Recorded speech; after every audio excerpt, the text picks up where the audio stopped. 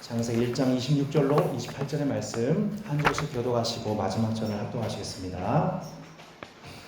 하나님이 이르시되 우리의 형상을 따라 우리의 모양대로 우리가 사람을 만들고 그들로 바다의 물고기와 하늘의 새와 가축과 온 땅과 땅에 기는 모든 것을 다스리게 하자 하시고, 하나님이 자기 형상 곧 하나님의 형상대로 사람을 창조하시되 남자와 여자를 창조하시고. 같이 읽겠습니다. 하나님이 그들에게 복을 주시며 하나님이 그들에게 이르시되 생육하고 번성하여 땅에 충만하라. 땅을 정복하라. 바다의 물고기와 하늘의 새와 땅을 움직이는 모든 생물을 다스리라 하시니라. 아멘. 여러분, 오늘 방금 읽은 창세기 1장 26절과 27절에서 반복되고 있는 단어가 하나가 있습니다. 여러분, 무엇일까요? 26절과 27절 말씀에 보면 반복되는 단어가 있습니다. 형상. 예, 우리 기초연합반 수료하신 이화정 선생님이 맞춰주셨습니다. 네, 바로 형상이라는 단어입니다. 우리 26절에 보면 우리의 형상을 따라 우리의 모양대로 사람을 만들자. 하나님이 하나님의 형상, 하나님의 모양대로 사람을 만들자 말씀하시죠. 27절에도 보면 하나님이 자기 형상 곧 하나님의 형상대로 사람을 창조하시되 라고 나와 있습니다. 여러분, 한번 질문 드릴게요. 여러분, 형상이 뭐예요? 동상의 반대말? 형상? 아닌가? 이상하죠? 자, 형상이 무엇입니까, 여러분? 하나님의 얼굴? 하나님의 성품? 성경학자들이 수백 년에 걸쳐서 이 한 구절 가지고 많은 논쟁을 이어갔었습니다.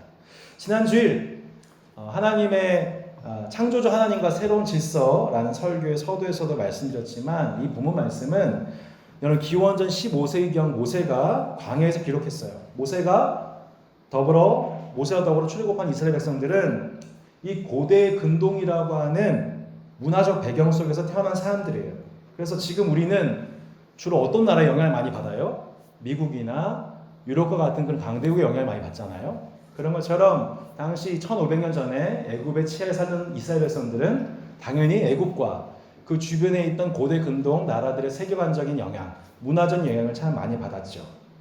여러분, 모세의 경우에는 어디서 자랐나요? 애굽 왕 바로 왕 궁정에서 자랐습니다.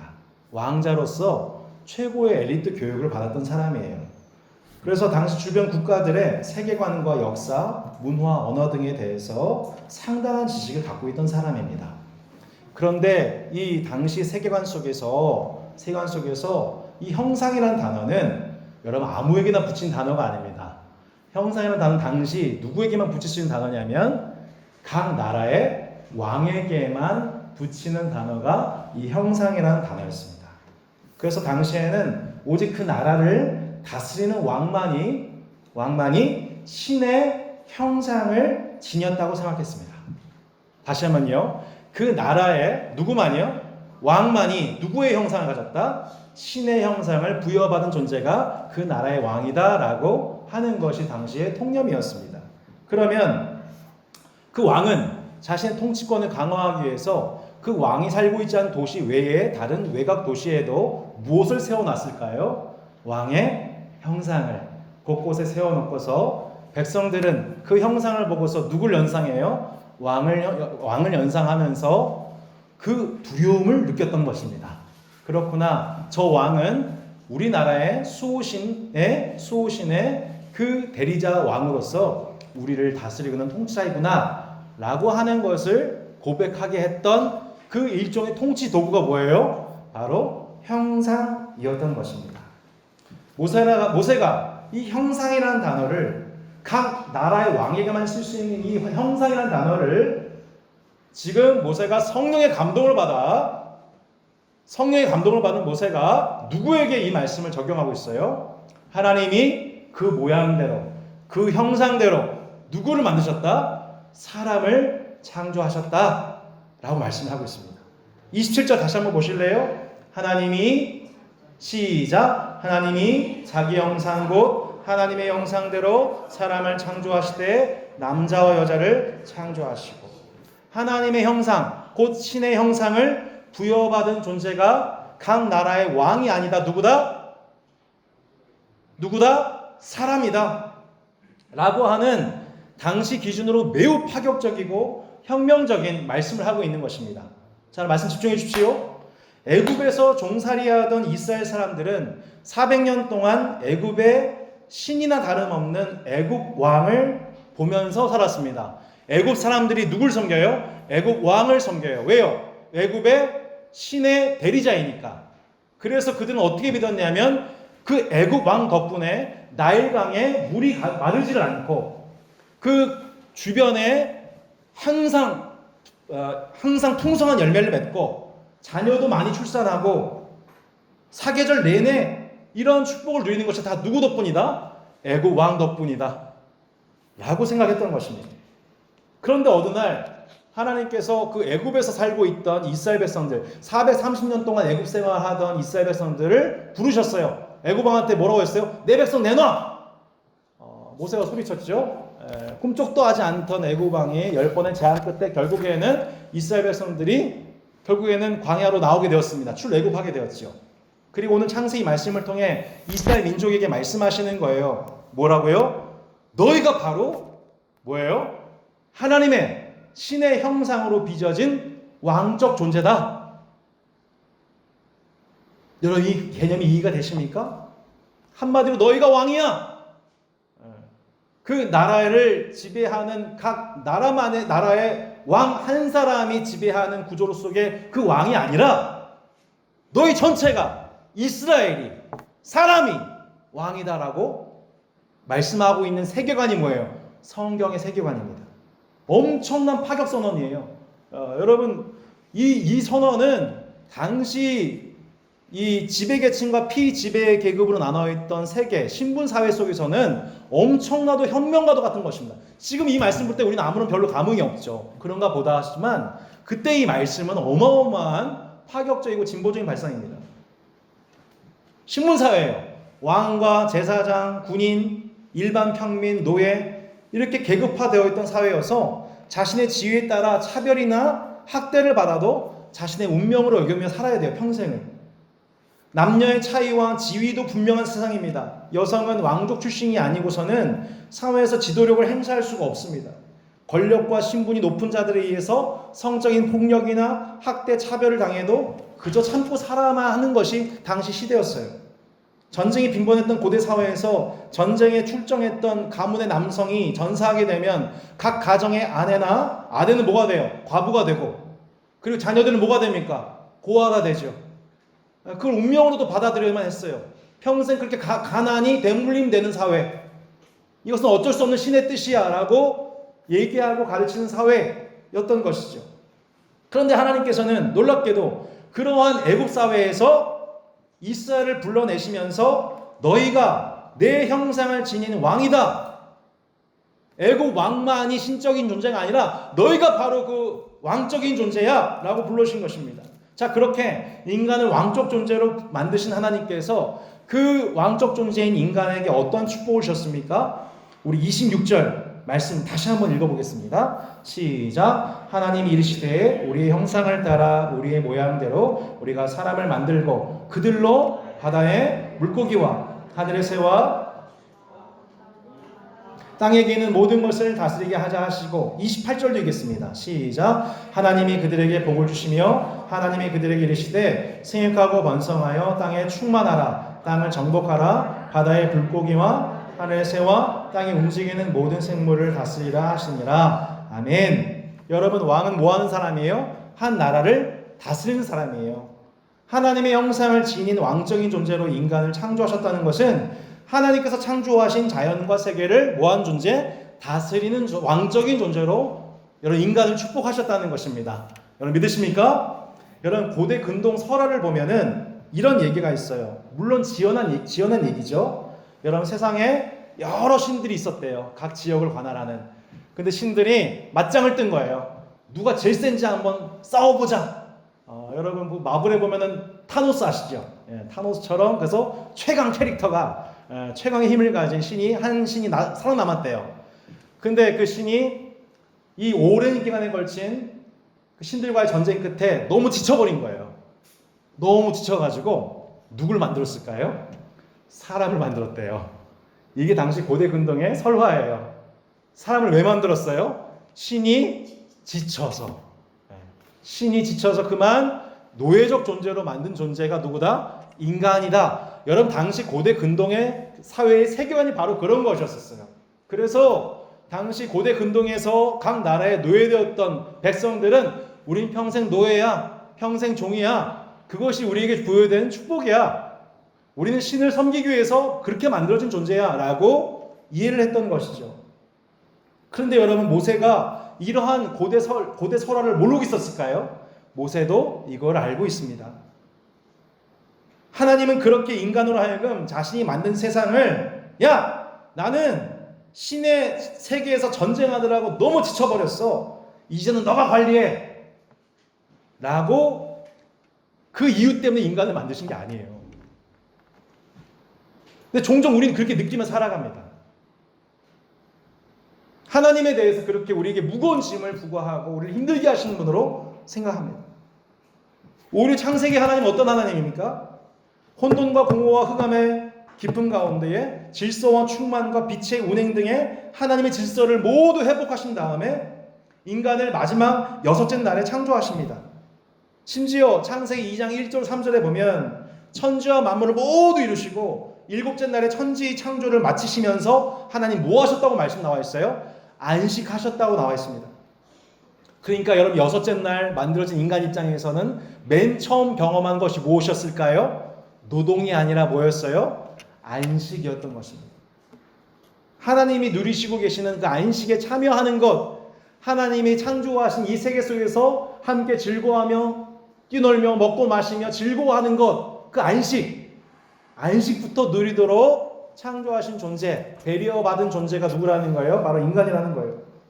여러분, 이스라엘은 하나님을 노예처럼 섬기도록 부름받지 않았습니다. 하나님이 너무 지쳐서 그래서 만든 존재가 인간이 아니라는 거예요. 오히려 정반대죠. 하나님이 이스라엘을 위해서 일하십니다. 쉬지 않고 일하십니다.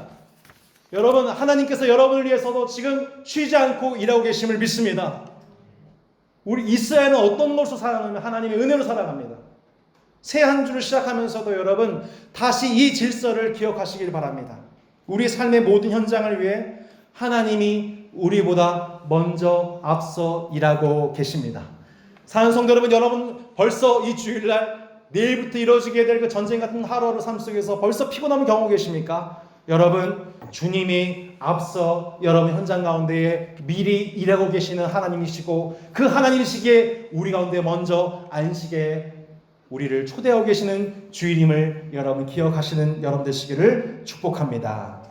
오늘 예배 통해 그 수고하고 무거운 짐을 주 앞에 내려놓으십시오. 두려움과 염려와 분노와 초조와 죄책과 수치, 이웃에 대한 미움과 원수된 마음, 우리 삶의 모든 혼돈과 공허와 흑암의 깊음 대신에, 그 대신에 말씀으로써 질서와 충만과 빛의 조명을 이 주일을 통해서 허락하시는 하나님의 안식을 회복하는 복된 주일 되시기를 주 예수 이름으로 축복합니다.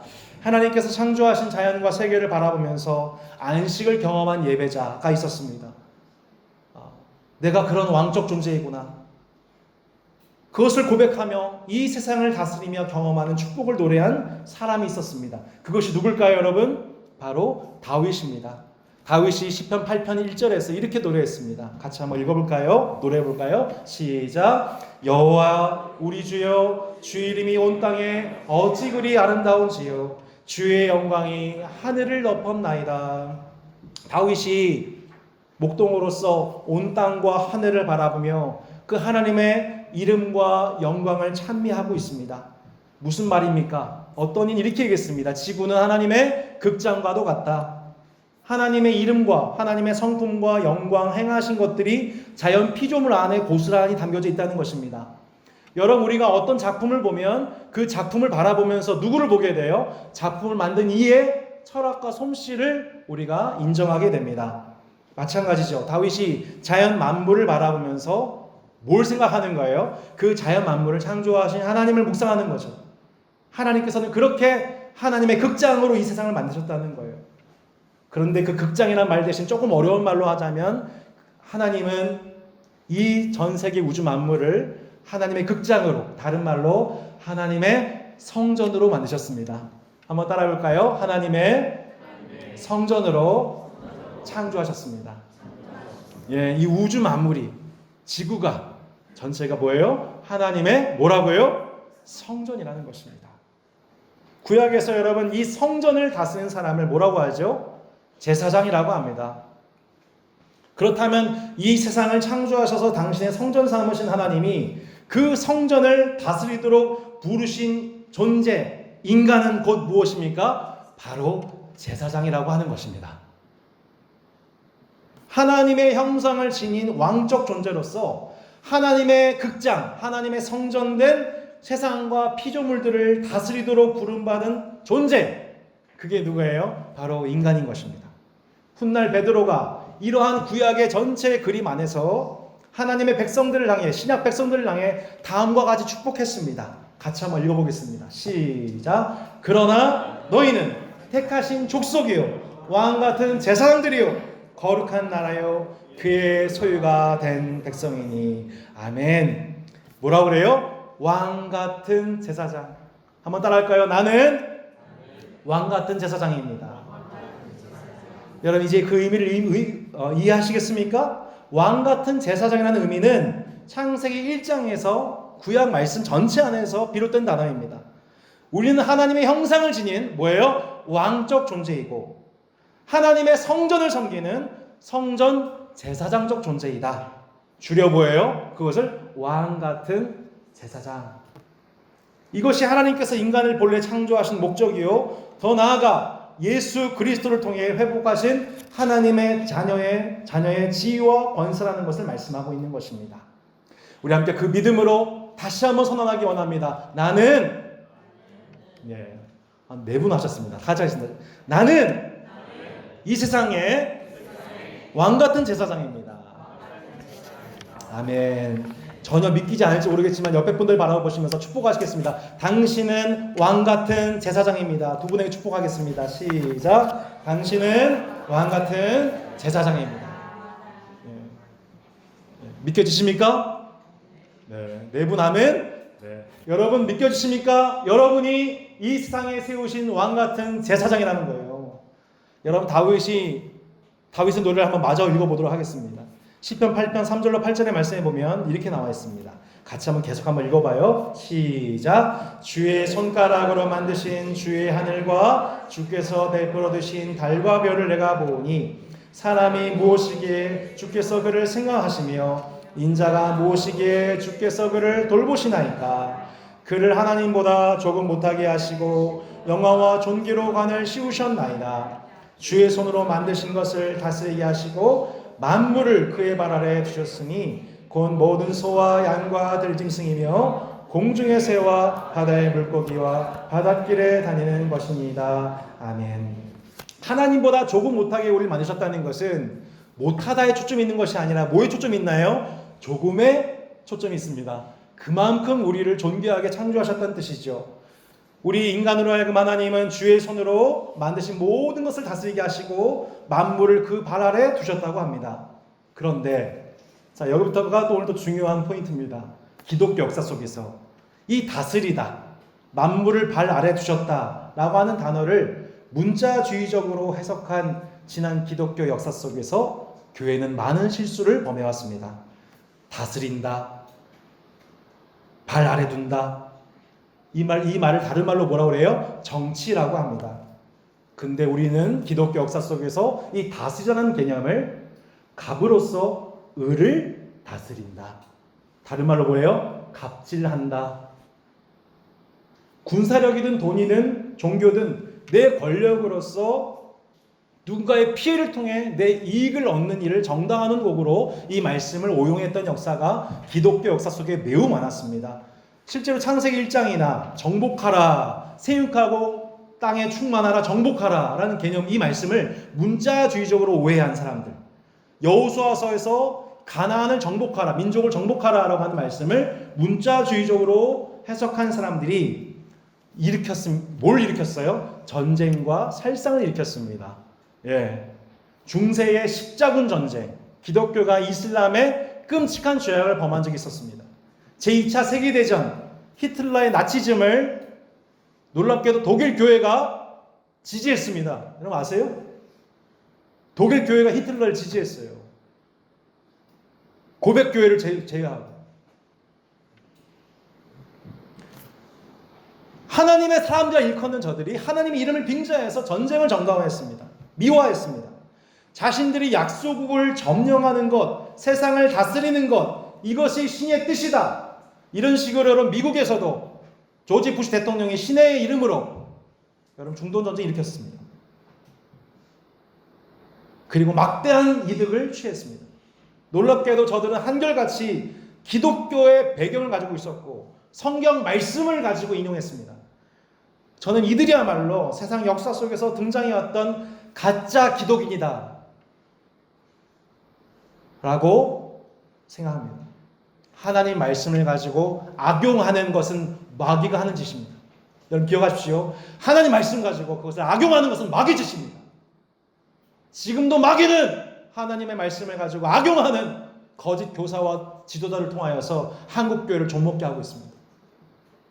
여러분 안타깝게도 얼마 전에 기사를 하나 봤는데 2019년도에 한국에서 전파된 TV나 영화나 드라마에서 기독인이 간혹 등장하는 경우가 있었는데 그 기독인의 모습은 전혀 선하거나 착하거나 의로운 것과는 전혀 상관이 없는 모습, 다 악하고 위선적인 모습으로 한결같이 다 드러났다는 거 하는 것 여러분 아십니까? 지금 세상이 교회를 핍박하고 있는 것일까요? 저는 물론 그 모습이 교회의 모든 모습이라고 해서 절대 생각하지 않지만 또한 숨길 수 없는 사실이라고 생각합니다. 여러분 현재 한국 사회에 국회의원의 30%가 기독인이고 각 기업과 회사와 학교 등의 주요 간부나 중직자 중에 많은 이들이 교회를 다닙니다. 그런데 그들 중에 하나님의 형상으로 우리를 창조하셨다는 말씀엔 아멘하지만 그 왕같은 제사장으로 부름받은 자신의 정체성을 기억하지 못하고 과장이 되고 부장이 되고 승진을 하고 지위가 높아지면 줄수록 뭐예요? 갑질합니다. 사람을 부려먹듯 해요. 참 희한하죠. 그렇게 갑질을 당하면서 상처를 받게 되는 대다수가 제가 9년 동안 청년사역을 성복기사 하면서 계속 뭘 봤냐면은 목사님 제일 속상한 게 뭔지 아세요? 직장생활 자체가 힘들어서 힘든 게 아니에요. 왜 이상하게 그 날 힘들게 하는 나만이 아니라 믿지 않는 사람들도 힘들다고 하는 그 갑질하는 사람들이 대부분 이상하게도 교회 다니는 집사님, 장로님 이런 분들이라는 거예요. 자기는 하나님을 경외한다고 나는 교회 다닌다고 자랑하는 거 그거 가짜입니다. 자기 신앙 과시하고 정작 어떻게 해요? 내가 하나님을 경외하는 사람이다라고 하면서 뭐예요? 사람은 하대하고 내가 하나님의 형상을 부여한 사람이다라고 하면서 뭐예요? 하나님의 형상을 가진 사람들은 하대하고 갑질하고 이게 지금 크리스찬 부장과 크리스찬 정치가 높은 지혜인 사람들에게서 나타나는 안타까운 증상인 것입니다. 그것은 하나님의 형상이 아니에요. 애고방 바로의 형상이에요. 세상의 형상이에요. 하나님의 형상은 가면이고 그 속은 애국 왕의 형상인 겁니다. 그렇게 겉과 속이 다른 거짓 위선적인 그리스도인들로 말미암아 여러분 지금 안타깝게도 기독교는 세상에서 어려움을 당하고 있습니다. 하나님을 경외한다고 하지만 하나님의 형상, 왕같은 제사장으로 세상을 다스리지 않고 하나님의 형상을 지닌 사람 무시하는 사람은 가짜입니다. 예, 저 오늘 말씀 통해서 분명히 말씀드립니다. 그런 사람 가짜입니다. 지금 우리는 믿음이냐 행위냐를 통해서 구원받는 것을 고민할 때가 아니고 진짜냐 가짜냐, 참이냐 거짓이냐. 한국 교회를 바라보면서도 1200만 성도 자랑하는 때는 다 지났어요. 진짜일까요 다? 그 과장님, 부장님, 국회의원 다 진짜일까요? 진짜 그리스도인일까요? 저는 그렇게 생각하지 않습니다. 여러분 우리는 어떻습니까? 난 진짜입니까? 가짜입니까? 하나님의 형상을 지닌 존재로 나를 축복하셨습니다라는 말은 아멘하지만 생육하고 번성으로 땅에 충만한 말씀은 아멘하지만 사람에 대해서 나보다 낮은 지위의 사람에 대해서 여성에 대해서 고아와 과부에 대해서 사람을 하대한다면 차별한다면 그건 하나님의 형상을 지닌 존재를 대하는 태도가 아닌 것입니다. 이런 가짜가 너무 많은 거예요. 너무 상처받지 마세요 여러분. 직장 가가지고 나 교회 다닙니다. 집사입니다. 그런 거 너무 마음 이렇게 신뢰하고 그러지 마시라고요. 너무 순진한 거예요. 그러면서 그 사람은 이상하게도 하나님의 자녀입니다. 교회 다닙니다. 저는 죽어도 천국 갑니다. 구원의 확신은 있어요. 근데 하나님의 형상은 보이지가 않아요. 저는 그 사람을 가짜라고 보는 겁니다. 가짜라고 하는 게 맞다고 보는 겁니다. 그래야 정신 차리죠. 그거는 하나님의 형상이 아니에요. 짐승의 형상이에요. 짐승이 뭐하는 존재 여러분 아세요? 이성을 잃고 자신의 약자를 어떻게 해요? 약자를 먹는 양육 강식에 새겨 갖고 있는 짐승의 형상이죠. 교만과 탐심과 무례함, 무자비함, 무절제함. 그게 짐승의 형상이죠. 여러분 성경이 말하는 왕 같은 제사장 할 때 왕은 그런 왕이 아니에요. 우리는 왕족이 아니에요. 왕은 백성을 섬기도록 부름받은 사람입니다. 여러분 사무엘사의 사울을 보세요. 왕으로 세워졌다가 어떻게 돼요? 하나님과 사람 제대로 안 섬기니까 어떻게 됩니까? 바로 폐위되잖아요. 왕이지만 하나님의 대리일 뿐이에요. 여러분 다윗 기억해 보세요. 왕 같은 제사장으로서 하나님과 이스라엘을 잘 섬겼어요. 근데 그러다 어떻게 됩니까? 간통죄를 범하죠. 살인을 합니다. 거짓 증거를 합니다. 안식을 파괴합니다. 백성을 잘 섬기다가 중간에 어떻게 되었어요? 자기 탐욕의 대상으로 자신의 아내의 부하를 바라본 거죠.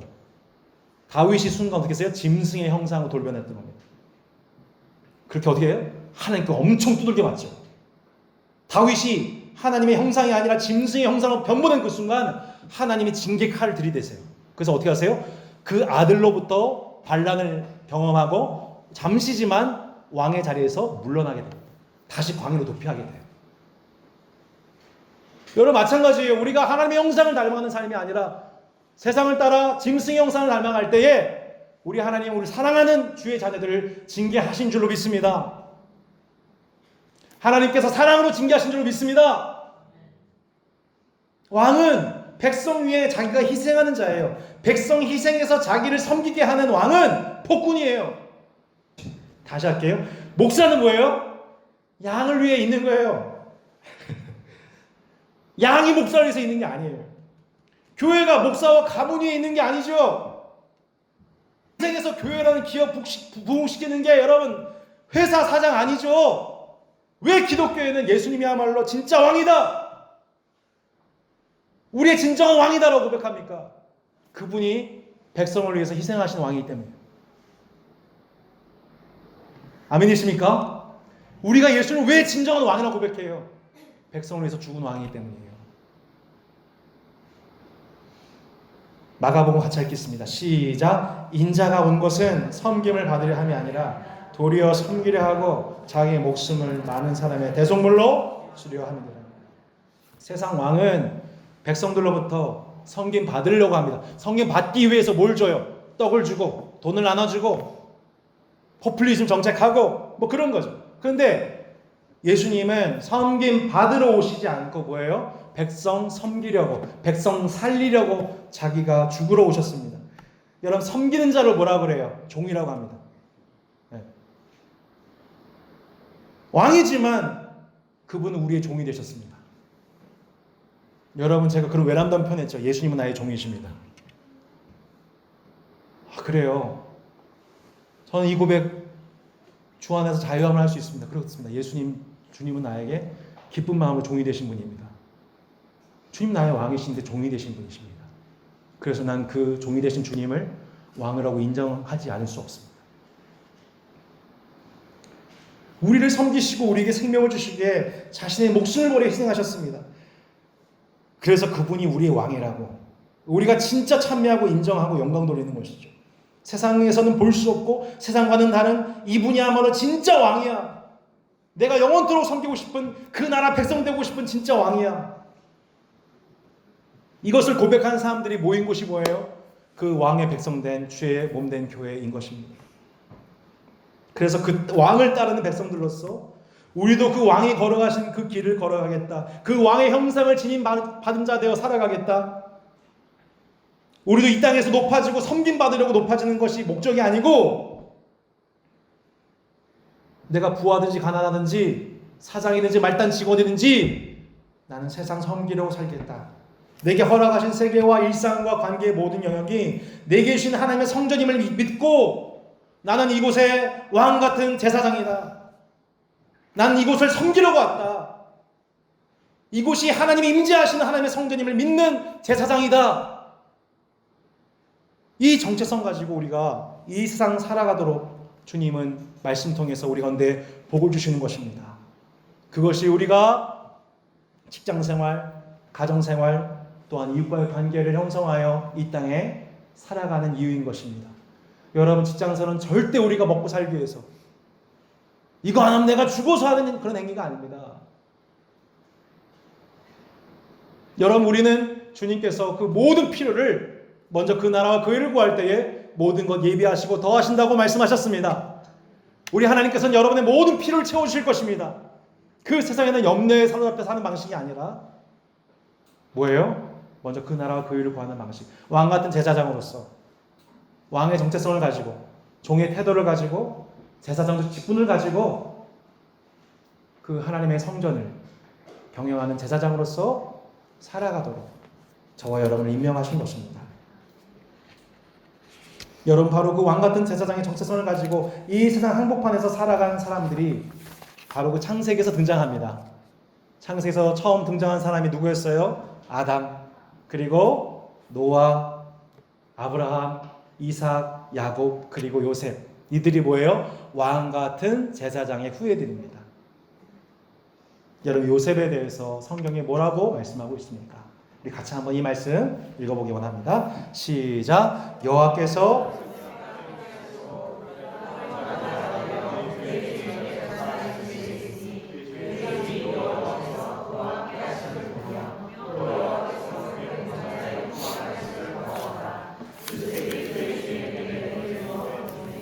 그가 요셉을 가정 총무로 삼고 자기의 소유를 다 그의 손에 위탁하니 그가 요셉에게 자기의 집과 그의 모든 소유물을 주관하게 한 때부터 여호와께서 요셉을 위하여 그 애굽 사람의 집에 복을 내리심으로 여호와의 복이 그의 집과 밭에 있는 모든 소유에 미친지라. 아멘. 여러분, 요셉은 지금 형제들에게 배신당해서 죽을 위기를 겪었고 고향에서 멀리 떨어진 애굽의 종으로 팔려왔어요. 바로의 친위대장 보디발이라는 사람의 집에 노예가 됐습니다. 그런데 그 종된 노예된 요셉과 하나님이 함께 하셨습니다. 놀랍게도 이방인된 그의 주인이 여호와께서 그와 함께 하심을 보았고 그를 형통케 하심을 보았습니다. 그래서 그의 모든 소유, 그 집과 모든 소유를 맡깁니다. 마치 하나님께서 인간에게 모든 땅을 맡기신 것 같이 보디발이 요셉에게 그 모든 것을 맡긴 거예요. 놀랍게도요, 요셉이 그것을 왕 같은 제사장으로서 그것을 다스리기 시작하자 하나님의 복이 누구에게 임해요? 그 보디발의 모든 소유물에 임합니다. 사랑하는 성도 여러분, 우리가 바로 이러한 하나님 나라의 복을 유통하는 왕 같은 제사장이라는 거예요. 우리에게 맡겨진 일터와 삶의 현장 속에서 하나님 우리를 통해 이방인들에게 하나님의 영광을 나타내기를 원하십니다. 단순히 먹고 살기 위해, 돈 벌기 위해 직장으로 부름받은 것이 아니죠. 단순히 좋은 대학 가고 취직하기 위해 공부하는 게 아니죠. 온 세상이 하나님의 것이고 하나님이 임재하신 처소이기 때문에 그 처소에서 하나님의 임재를 온 세상으로 경험하게 하는 제사장으로서 하나님께서는 한 사람 사람을 준비하시고 여러분을 파송하시고 임명하여 주시는 것입니다. 요셉만이 아니라 보디발이 하나님의 살아계심을 보게 하는 것입니다. 요셉이 왕같은 제사장으로서 그곳을 다스리고 제사장으로서 하나님을 섬길 때에 하나님의 복이 모든 집과 소유물에 미치기 시작했던 것입니다. 요셉은 종이었고 노예였지만 그는 영적으로는 오히려 왕이요 제사장이었던 것입니다. 말씀을 마무리하겠습니다. 여러분, 이 정체성을 기억하셔야 됩니다. 우리는 이 세상을 다스리는 왕적 존재요 세상을 축복하는 제사장입니다. 왕같은 제사장의 직분을 감당하기 위해 여러분 하루하루 끊임없이 실력을 키우고 인격을 단련하고 여러분 신앙을 키워가야 합니다. 세상을 섬기려면 실력이 있어야 돼요. 끊임없이 자기 분야의 전문가가 되기 위해서 연마하셔야 됩니다. 건강한 몸으로 그 분야를 섬기기 위해 날마다 운동하고 몸에 필요한 음식을 섭취하셔야 됩니다. 진로 문제로 답답하신 분들 많으실 겁니다. 그러나 오히려 여러분의 진로가 열렸을 때가 오히려 진짜 문제입니다. 왕같은 제사장의 정체성을 가지고 세상을 섬길 실력 준비되셨습니까?